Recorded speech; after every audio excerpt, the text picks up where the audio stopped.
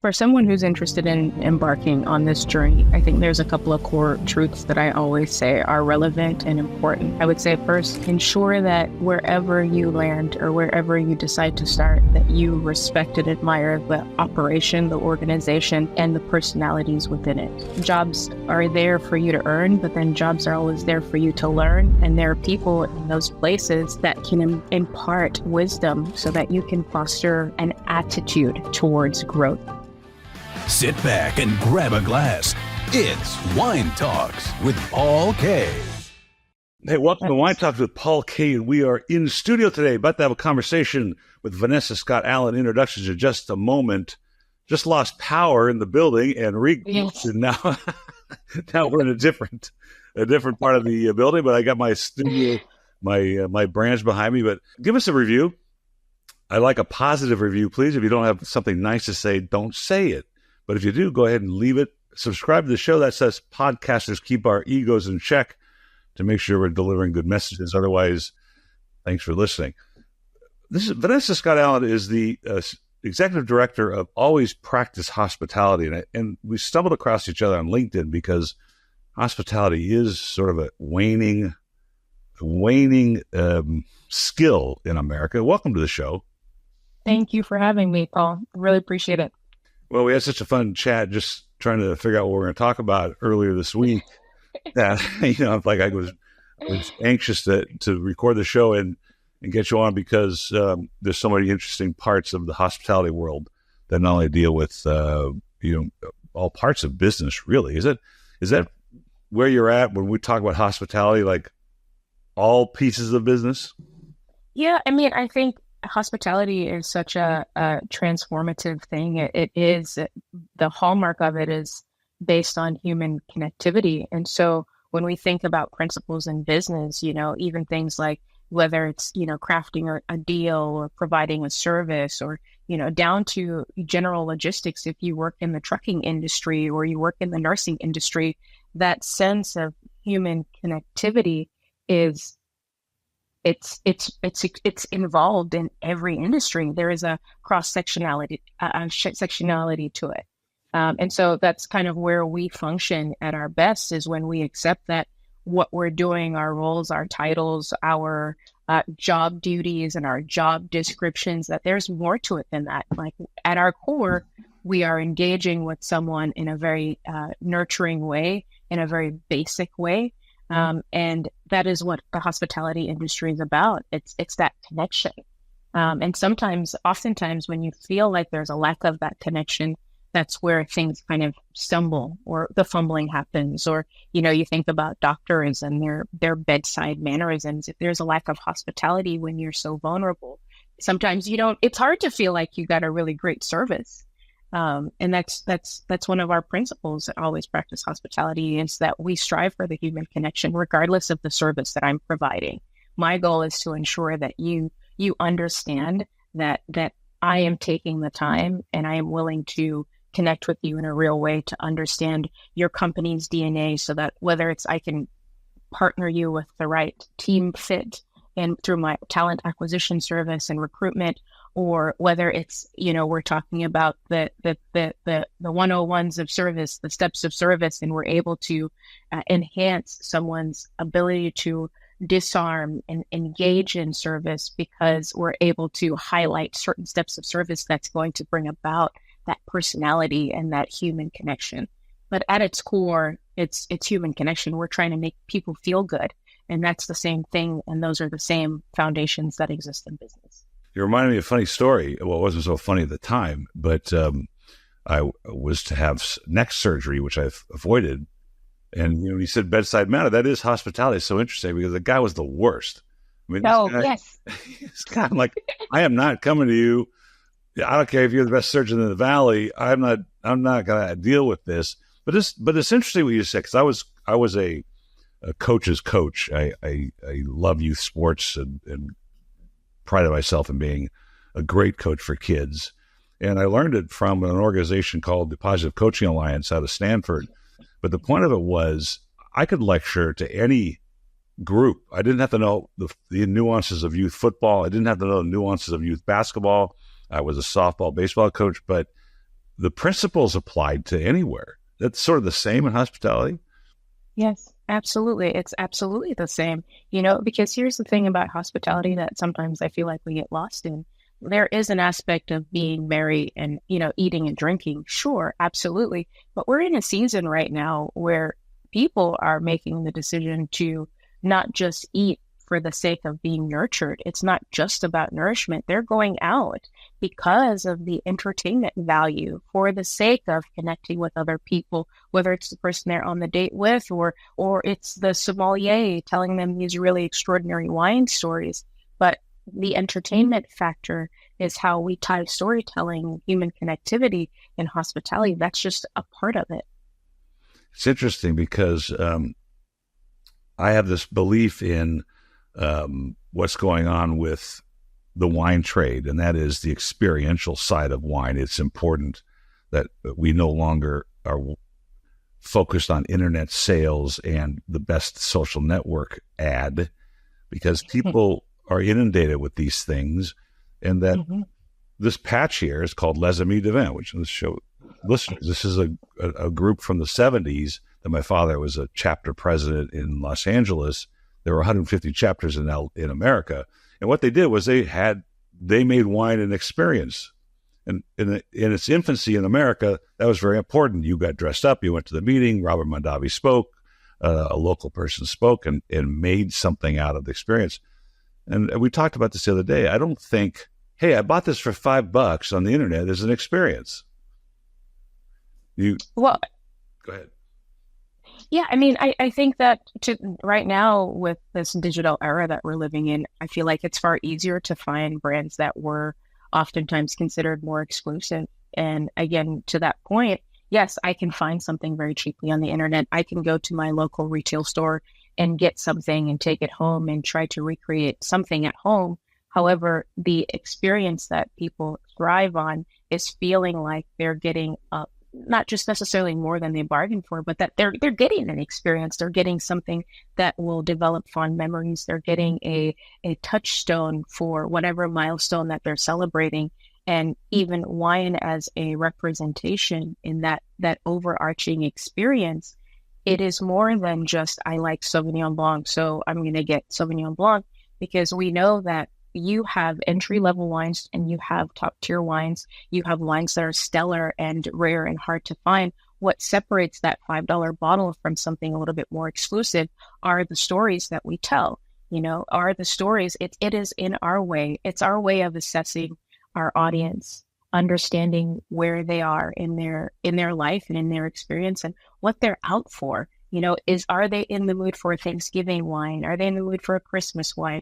Is it New Year's celebration or a New Year's caliber celebration? We're just popping bottles. It's being able to bring this rare wine at this higher price point into their bubble, so to speak, bringing it to them in a way that they feel connected to the story. And maybe the story isn't just about early bud break or aspect or soil type, which is great talking points, especially in deductive reasoning and when we're tasting, but maybe the story is more. Maybe the story is that of a small business owner who has had this winery passed down to him from generation to generation. Maybe the story is deeper than that. Maybe it's this love for his wife, and she wasn't that involved in wine, but all of a sudden she's more artistic. She started crafting these immaculate labels. People identify with those stories, the small business stories, the renegade stories, the people paving new paths and new direction. That's oftentimes what the separation is between, just your entry level, a cheaper dollar value wine and something that's a little bit more exclusive, is that we're going to dive deep. They were the first to do this and they championed biodynamics in this way. And people thought they were a fanatic about so-and-so. And, people love the stories of misinterpretation too. They were really cute. His neighbors thought he was a little bit crazy. He was a little bit loony. And, those are the moments that creates these touch tones and these high points and these impact points is what we would say. These impact points in service is when you're able to carefully craft these stories that people, your audience, can connect with. Because every story isn't for everyone. You have to understand your audience as well. Hey, listen, there's a show out there right now, just was released, with Stephanie Franklin. Actually, the second Stephanie Franklin that I've interviewed. This one, She is tied to a little village in Texas called Shankleville, and she is starting a winery there. And this is one of the boldest endeavors I've ever heard of in the wine business after 35 years. So I want to be there for the opening day of that, but have a listen to her passion for doing this. As well, I just got done with a conversation with Jerry Tellis. He is a professor of innovation at U.S. University of Southern California. And I wanted his take on the idea of innovation, because it's a hot topic in the world of wine right now to talk about innovation. I personally not sure what that means. So you'll hear that discussion and it's an interesting part. Do you think that need for storytelling has changed pre and post COVID? I think so. I think I have a lot of opinions about COVID. I think we talked about a few of them last week. Always a great conversation around a glass of wine nowadays. I have a lot of feelings about COVID. I think COVID really has redesigned the hospitality industry. I think there are changes in this field that will exist for a lifetime due to COVID. I think we saw, at least from my perspective and where I was standing with Always Practice Hospitality and working as the director of operations and working as a director of service and guest experiences, that two very crucial things happened during COVID. I think one main thing is that there were a lot of industry veterans that saw for the first time how volatile the restaurant industry was. Like, yes, you can go to the restaurant and serve tables and make big tips and leave and take care of your family, but so many restaurants started to shutter because of the margins are so small in the restaurant industry for so many. Restaurants didn't withstand COVID, and a lot of those veterans it was a hard pill for them to digest, but they took that restaurant shutter, they took those restaurants closing down, and they used that as an opportunity to pursue other things, to take the skill set that you gain through working diligently in the hospitality industry, like something as simple as the ability to read the room, the ability to have conversations and to be succinct and concise, and these things. And they tried to and started to apply it to other environments, other working titles, working remotely, working in other ways in the industry. And so a lot of these seasoned vets, they can't be found in your regular restaurant today. They've moved on to other things. But the other thing that we saw in COVID is that communities rallied around restaurants. Restaurants had to be very resilient and dynamic, and they had to switch to go. We had to pay attention to what the spacing requirements were in restaurants and whether we were masked up or not masked up and all of this. And it was the community around the restaurant, the community that the restaurant had built, that supported it, that came to pick up to-go wines and did to-go food, and really allowed that restaurant to withstand COVID. Now the hospitality industry, as a result of some of these things, and there are other things, there are underlying things and other issues that are a result, I feel, of COVID, but from those things, now the hospitality industry is in a season of rebuilding. Just like in NFL, the team kind of sucks this time. It's not so good. We're going to get the first draft. We're going to get this draft. We're going to rebuild our team. That's kind of the season that the hospitality industry is in. And we see that representation across markets, not just here in Texas or not just in New York or LA. You see far more green employees, people who are newer to the field, who might not have the mechanical awareness or the mechanical proficiency of someone who's been doing this for a decade. It's an interesting point. I've said that 3 times already. Interesting point. Because one is on the street level, what I see here in Southern California, and we travel a lot. We're going to New York tomorrow, actually. That there is a deficiency in the old school version of hospitality in at least on the front house of a restaurant. And I'm hoping that comes back. In other words, either that we're not taking the shortcut, and then that we like the shortcut because it's a little easier, because it certainly is much easier.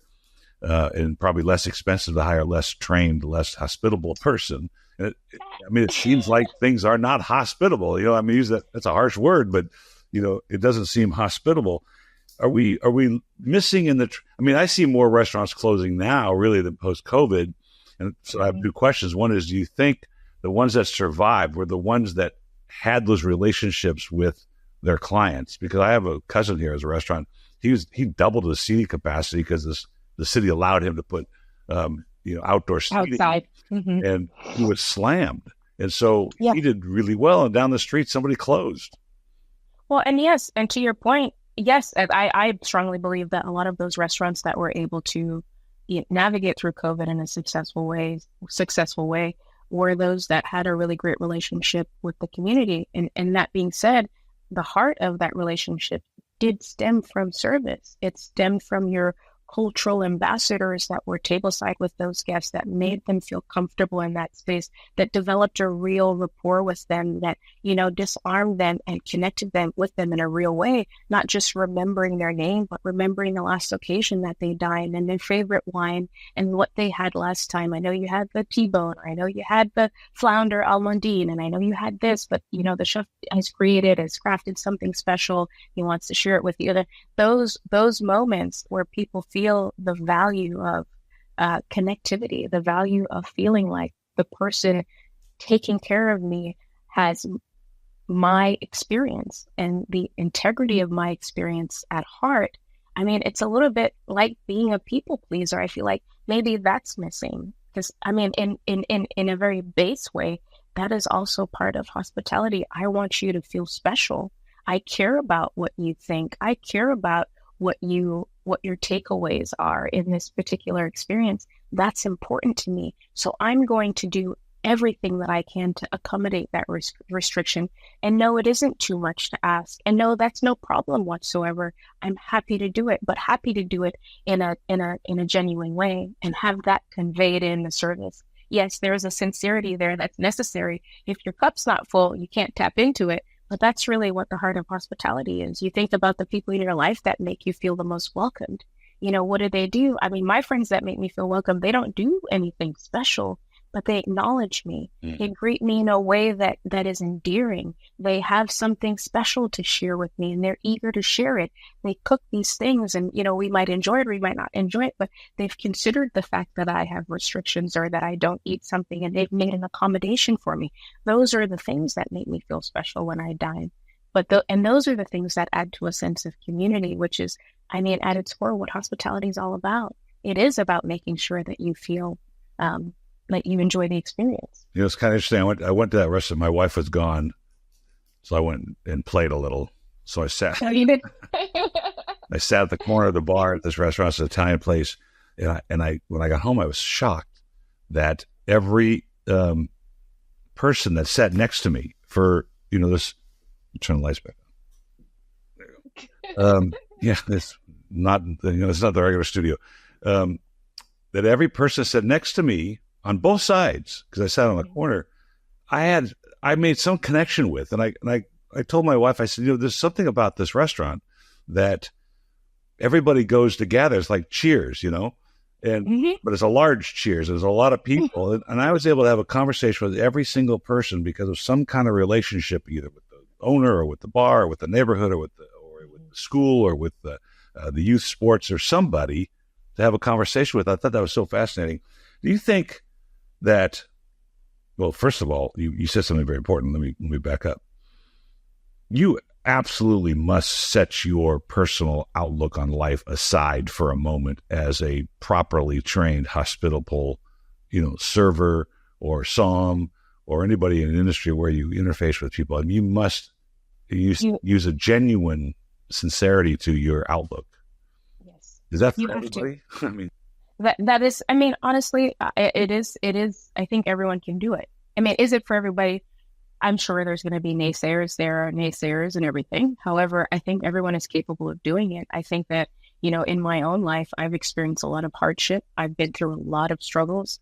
I remember when my husband and I, when we moved into our first apartment, we slept on our clothes. Like, we didn't have much. And I went to work every day, freshly starched, happy to be there and excited to engage. And I think that there is a way to compartmentalize those things that occur in our life, that, our life challenges, and separate that from this offering, this extension of warmth and graciousness that we that we pour into people. Sometimes I agree, you need to be supercharged and you need to take the time to recharge so that you have that to give in a sincere way. But the truth is, yes, there is a way to set whatever personal things are occurring aside, and in a matter of speaking, kind of compartmentalize. This is personal, this is professional. My professional role enables me to do this. And maybe in my personal life right now, I'm not capable of tapping into this place. But yes, they have to be separate in order for you to pour from that cup. When I was at Xerox, which is corporate America, and that was, at the time in the 80s, was the largest sales organization next to IBM. And it was quite a place to go to learn salesmanship. And, salesmanship has a lot of different factors too. But one of them was, and actually it was a street level recommendation by a colleague, which was, it doesn't matter, we had an argument with your spouse or your girlfriend or your boyfriend. It doesn't matter if you got an accident on the way to work. But the moment you step foot into that client's door, it's all, you're on. Yeah, game on. And yeah, you have to be on. I mean, that's a really impressive way of putting it. You're right, because that person who is considering your service or considering this place or considering whatever it is that you're offering, it doesn't matter to them what's going on. But if you show up and you show up in a way that is inadequate, or show up in a manner that shows that you're deficient in, the hallmarks of what hospitality represents, then yes, then their experience will suffer. And that experience, again, with the cross-sectionality of hospitality, that experience applies to every other industry. Whether it's a sales role at Xerox, or it's, again, in the medical industry, or, trucking or lodging, or yes, if you allow whatever other things might be going on to cloud your ability to almost perform in this way, then yes, you won't be able to excel at it. It seems like with this part of this conversation, we're sort of retracing our steps now coming out of COVID, and there's a huge movement in the wine trade about innovation. And I think I mentioned in the opening of the show, I had a professor of innovation on the show that's coming out or came out. And that as we do this, are we retraining? I mean, if I went to Somm school, if I went to the Court of Sommeliers, I went to WSET, or I went to the Master of Wine, right. I don't think traditionally the idea of hospitality is taught, how to pour a glass of wine is taught, but I don't know if the idea of welcoming a guest all the way through their experience is taught. Well, I think, I have a limited experience with the Court of Master Somms. My certification is through WSET, and I can identify with what you're saying about those particular skills being taught. I feel, though, that it is taught in some way on some level. I believe that, especially using the Court of Master Somm as an example, when they do their practical, because that is one of the wine certification that actually requires an in-person practical, that where the examiner is a master somm himself or themself or herself. I think that in the way that they train you to serve, this person first, and, to be almost like reverential to elders, and to always give honor to the host. And you always want to maintain an open posture when you're serving wine with the label failing the guest. In these kind of more ceremonial confines and in this kind of ritualistic way of service, it does harken back to true hospitality, because you are showing this person a gracious sense, a graciousness as the host. You are honoring them in the way that you're holding the bottle and pouring the wine. It is kind of built in. It's baked into the way that they're training and teaching, this new era of sommeliers. Will every single sommelier identify that? Right? Will every single person taking those courses recognize that the reason why we hold the bottle this way, the reason why we give honor to the host and we serve the elder, the reason why we rotate clockwise and we try to serve ladies first, the reason why we do some of these things is based on hospitality principles. It is a part of being a gracious host. That's a really granular thought here, and I may be digging a little too deep. But, I'm an old guy to a certain extent, but I've been around this business a long time, and I've seen all these ebbs and flows when we sold cold duck at my dad's wine shop and at Bottles and James wine coolers. And so I consider these little blips on the radar to the actual experience of wine that I think every generation comes around to that one glass of wine that exposes them to the complexity and the storytelling that's in the glass. I think that's just a natural. And maybe why the wine's been around for 12,000 years or something. But the point I'm making is that there's an aristocracy about wine that people are trying to influencers, bloggers are all trying to say I'm trying to simplify wine, and it's so aristocratic. But at some point, at some idea, like you're just talking about, they're taught how to present a bottle of wine, which in itself might be considered aristocratic. But I think because of the passion that goes into making the proper wine or an honest wine, that it deserves that presentation and that passion and that respect to the client to expose them to all that's there.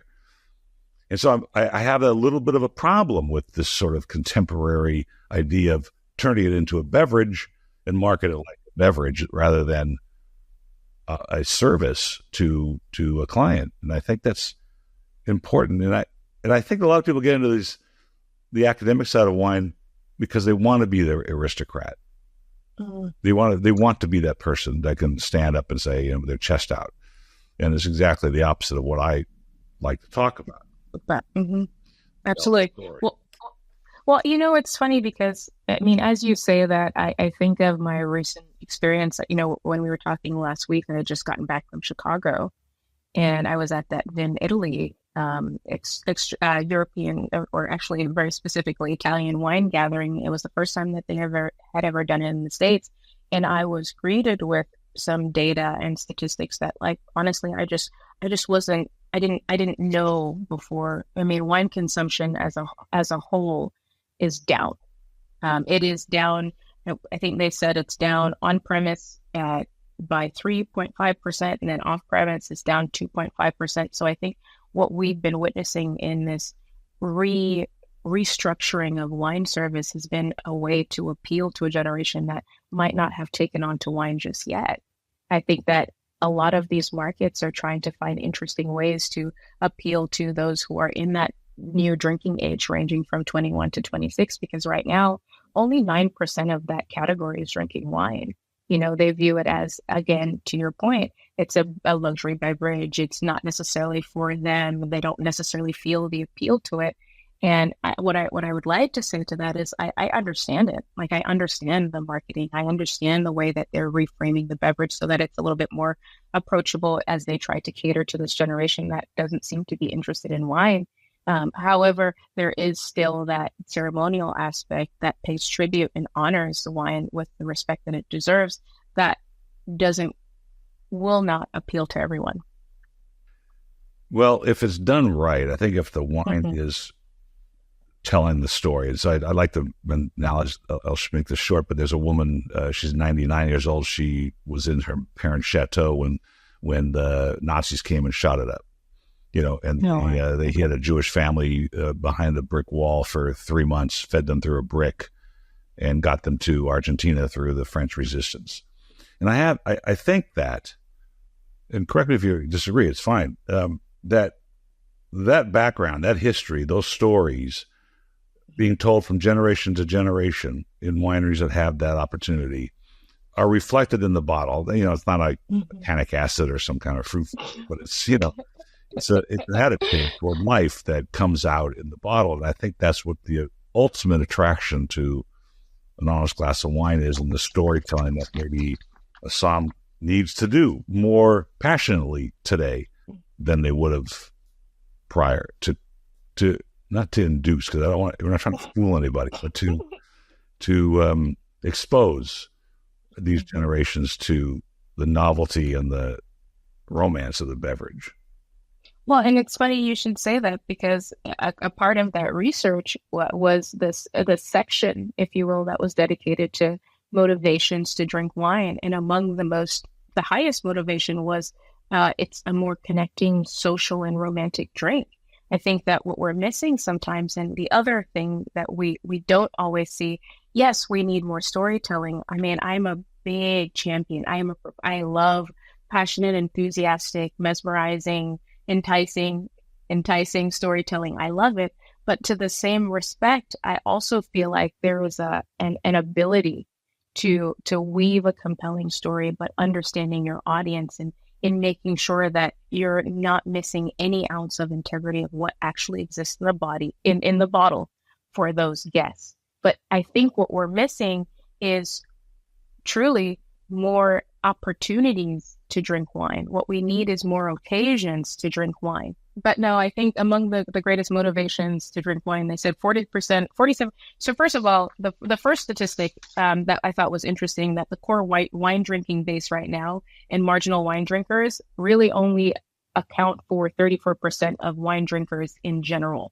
And so you have 29% that are non-adapters, which is again mostly in that age group from 21 to 26, who are just not interested in wine for one reason or another. It doesn't appeal to them. They're not interested. And then you have 26% that are abstainers, who don't drink. They prefer non-alcoholic options. They might purchase wine for a friend as a gift, but they simply don't drink. And when you look across the 34% of those people who are marginal drinkers or core drinkers, they drink it primarily because it makes them feel relaxed and laid back, but they also drink it for the connecting and social aspect, almost the romantic aspect of drinking. And what I was trying to say in a very roundabout way, unfortunately, we got disconnected, was that I think we just need more occasions to drink. I think, yes, the storytelling is important. It's enticing to be able to bring an element of connectivity tableside, to be able to identify things in the wine that people feel like they can connect to, because that certainly changes the way that they embrace the quality of the wine and how they view it,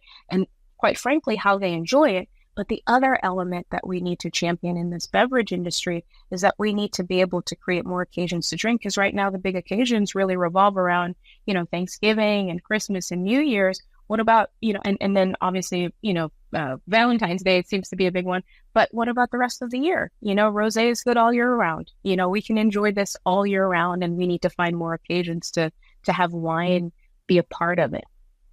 I seem to have crossed that barrier already and found many occasions that maybe even this morning at my Tuesday morning coffee group, I would explain that last night during the game, I opened a bottle of Grand Cru Burgundy, which might be a little on the pricey side for a ball game, but they go, what? Yeah, wine during baseball. I said, I don't know. I just felt like it.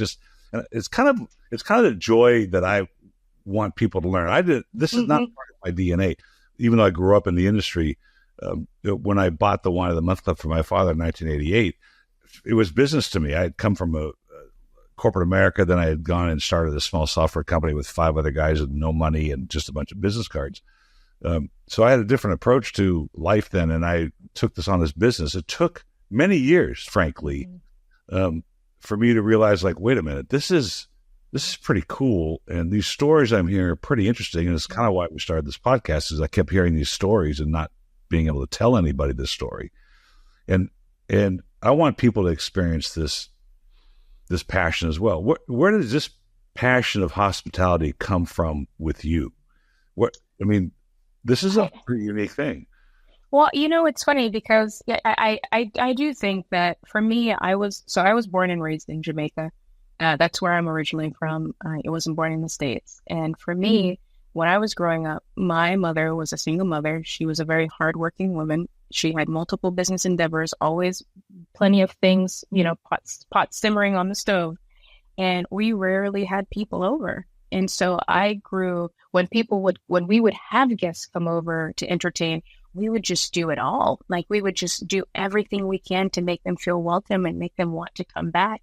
And so the sense of hospitality really, it's an organic thing that was developed in me, because I didn't have the opportunity to entertain often. I didn't have the opportunity to serve something and talk about it. And, we didn't grow up in a culture that embraced wine. I mean, the most popular wine from Jamaica is a cinnamon flavored wine. If you ever feel like, you want to get, crazy, I'll send it your way. It's nothing enticing, but the love for hospitality stemmed from just wanting people to feel genuinely at ease and disarmed, but almost comfortable in our home, because we did it so infrequently.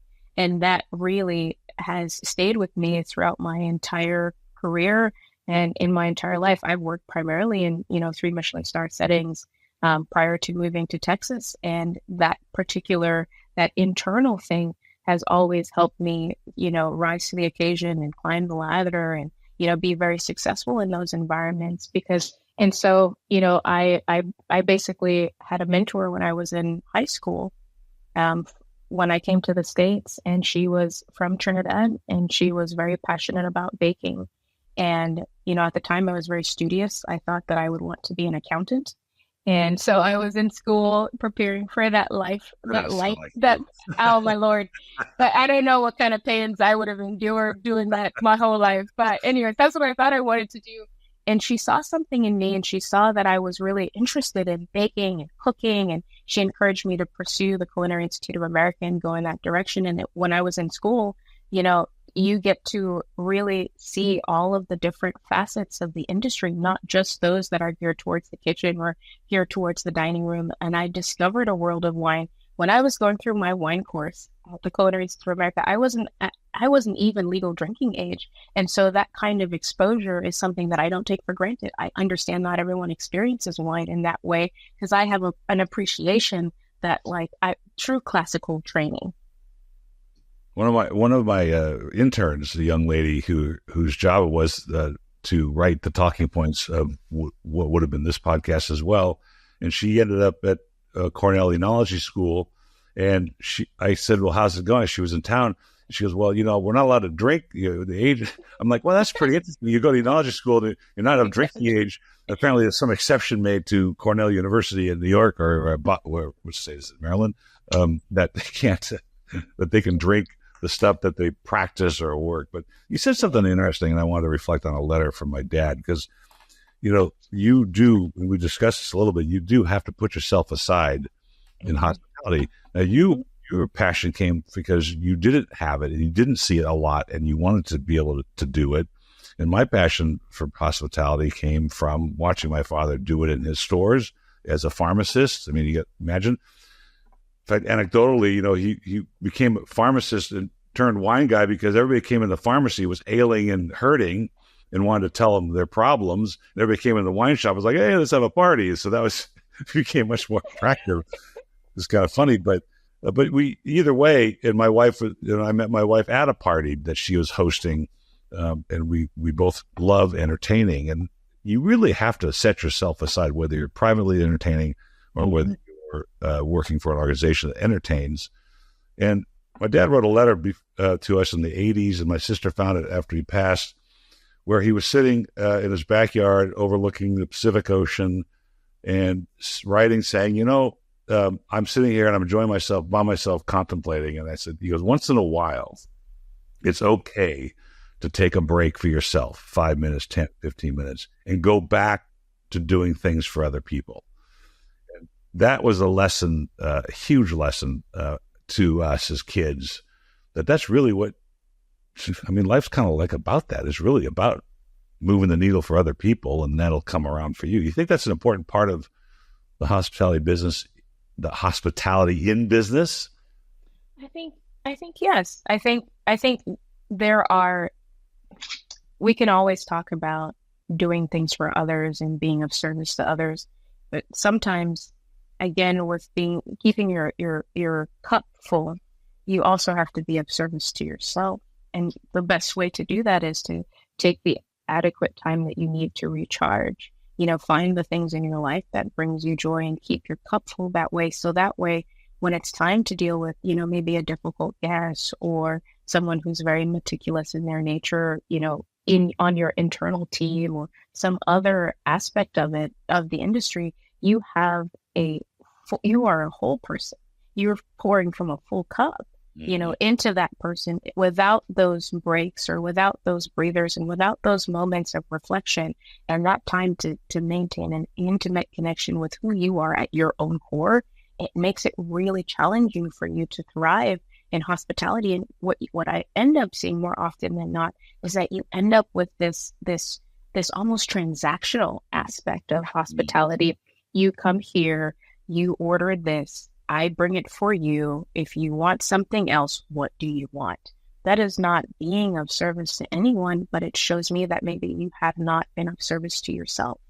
Did you take the time to recharge and reframe your thinking and replenish yourself? Find the things in your life that bring you joy and, really, really meditate on them. For me, it's my heart is full. I have my husband, I have my children, I have my little one-liners, my mom jokes. I have my things that bring me fulfillment. What are those things for you? how does that manifest in the work that you're doing, in the service that you're providing? It's an important subject. I was talking about the Positive Coaching Alliance, and one of the sections of the Positive Coaching Alliance, particularly when you're dealing with kids, is keeping that fuel tank as a self-esteem fuel tank. And that's not false. It's not meant to be false praise, but it's to keep that emotional fuel tank full so that they can deliver the best that you're asking them to deliver. Because if it's empty, they're drained. And adults are the same way. It's just a little more sensitive with young kids, and you're actually forming that tank as part of this process. And so you're right on with that thought process.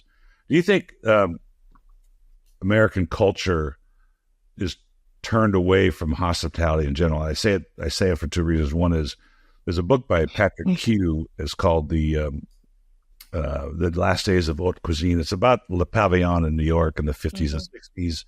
And he runs a restaurant in Hermosa Beach, and I was there years ago, and my wife and I sat on the same side of the table.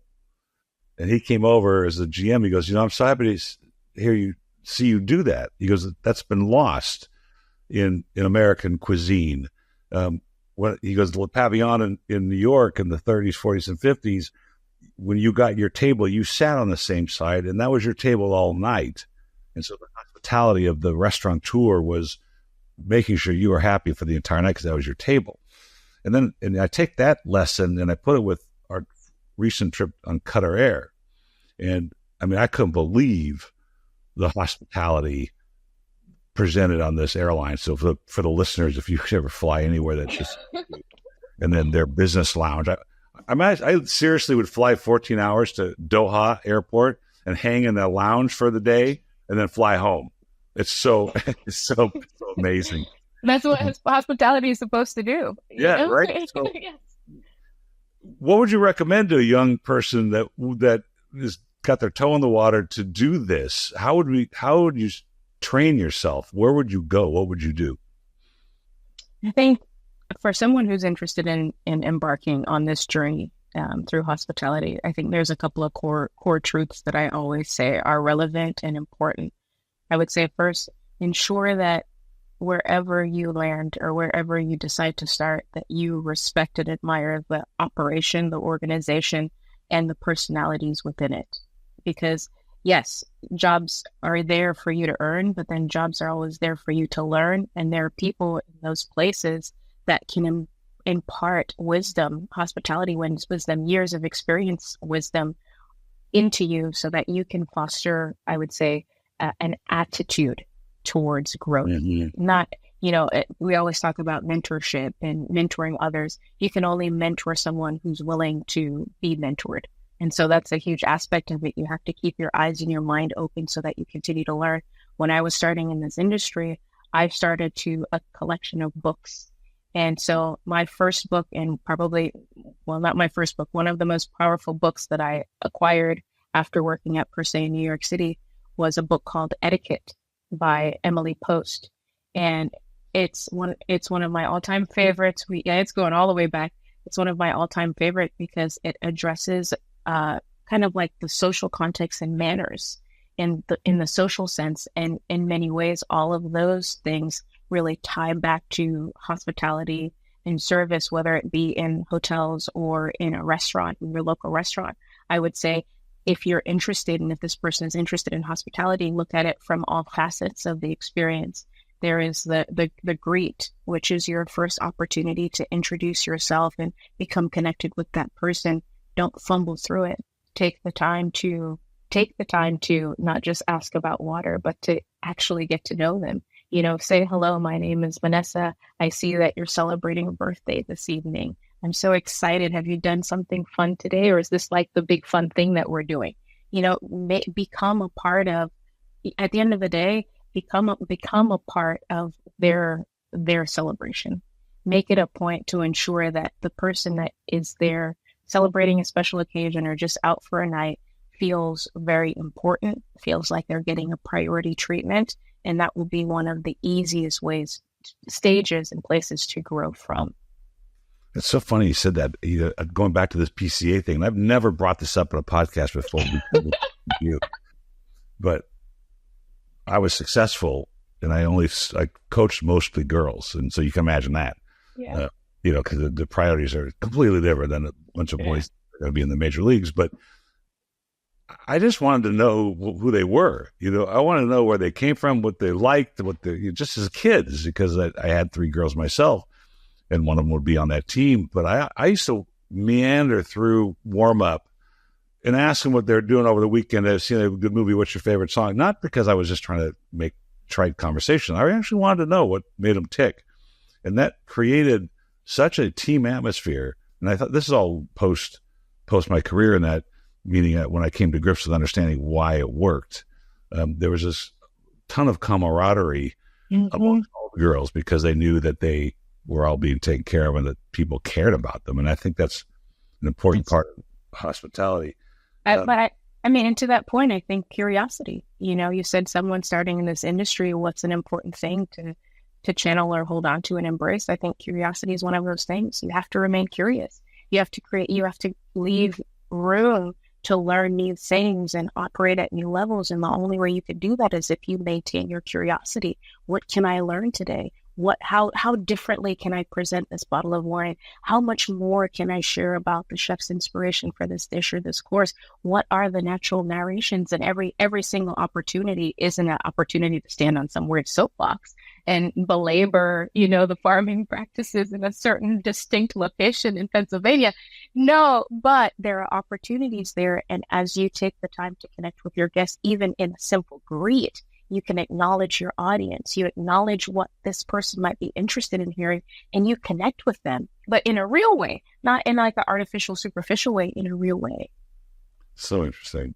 It's interesting to me too, as well, that Emily Post's book, which is a very famous book and very old, that really these principles have transcended all of humanity, and that even though we go through these cultural shifts, and that we're in one now where hospitality in most restaurants doesn't seem to be a priority, but I think that'll come around.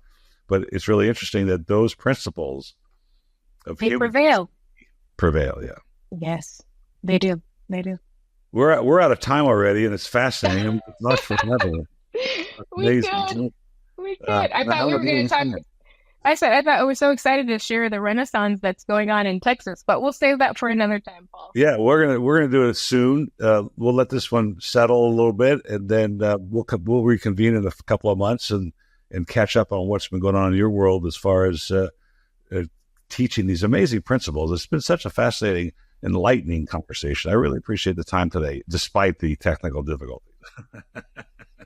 No, I really enjoyed myself. And thank you so much for just taking the time to talk to me. I love it. My pleasure. Cheers. Cheers.